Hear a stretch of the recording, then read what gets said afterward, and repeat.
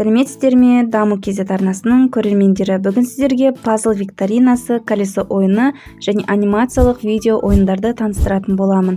Ол үшін алдын ала каналымызға тіркеліп, лайк басып, комментарий қалдырып өтіңіздер. Google сайтына дәл осылай ағылшынша сайттың атауын тересіздер. Кіргеннен кейін сіздерге дәл осындай экран беті ашылады. Ашылғаннан кейін өздеріңіз Google аккаунт арқылы кіріп тіркелесіздер. Мен сіздерге қазір дәл осындай бірінші колесо ойынын көрсетейін. Осы тұрған Gamification деген бөлігін таңдап кіресіздер. Ол дегеніміз ойындар сақталған папка. Әртүрлі ойындар бар.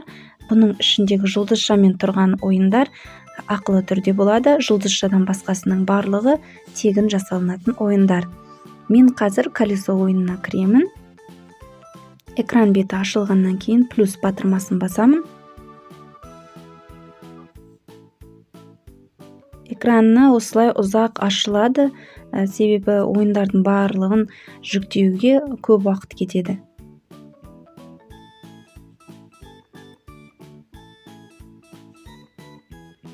Экран ашылғаннан кейін бұл жерде барлығы ағылшын тілінде болады.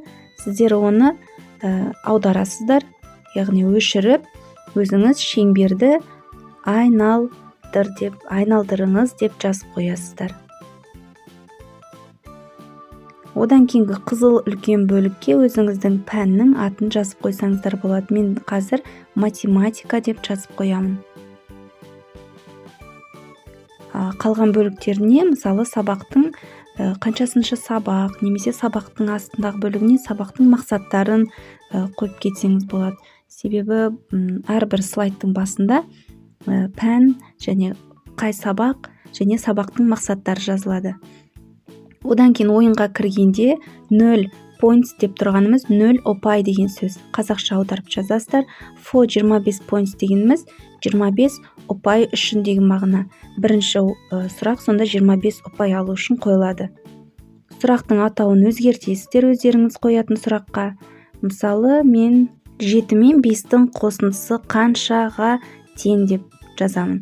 Одан кейін оның астындағы тұрған rich answer дегеніміз ол жаңағы келесі деген сөз. Жаңағы жауаптары дұрыс болса, дұрыс жауапты ғана соған жазасыздар. Қалғаны дұрыс емес жауаптарды жазасыздар. Мысалы, мен мына жерге 12 деп жазам дұрыс жауапты, келесіне 13 деп жазамын. Одан кейінгі бөлікке 14 деп жазамын. Дәл осылай өздеріңіз келесі бетке өткеннен кейін 25 points дегенді 25 ұпай деп өзгертесіздер. Ал rich дегеніміз жауабы дұрыс деген мағынаны білдіреді. Ал осылай түсініксіз ағылшын тілдері кездесетін болса, сіздер бұны копировать етіп алып, Google сайтына переводчик казахский-русский деп таңдап, аударып алсаңыздар болады. Мысалы, мына ағылшынша сөз бізде жаңағы ойынды жалғастыр деген мағынаны беріп тұр.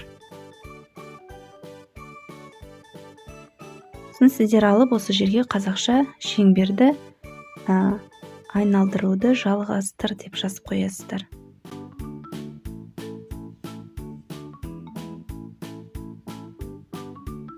Дәл осылай басқа жаңа ағылшынша бөліктерді қазақшаға аударасыздар.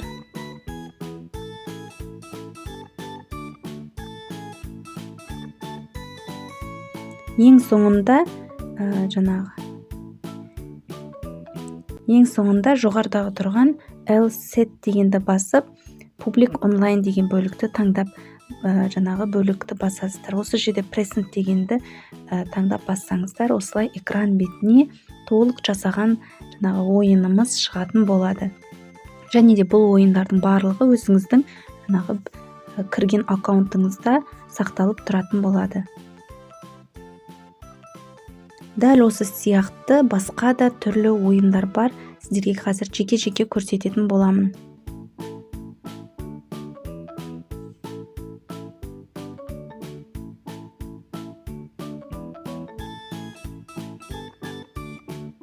Сіздерге осы ойын ұнаса, лайк басып, менің каналыма тіркеліп кетіңіздер.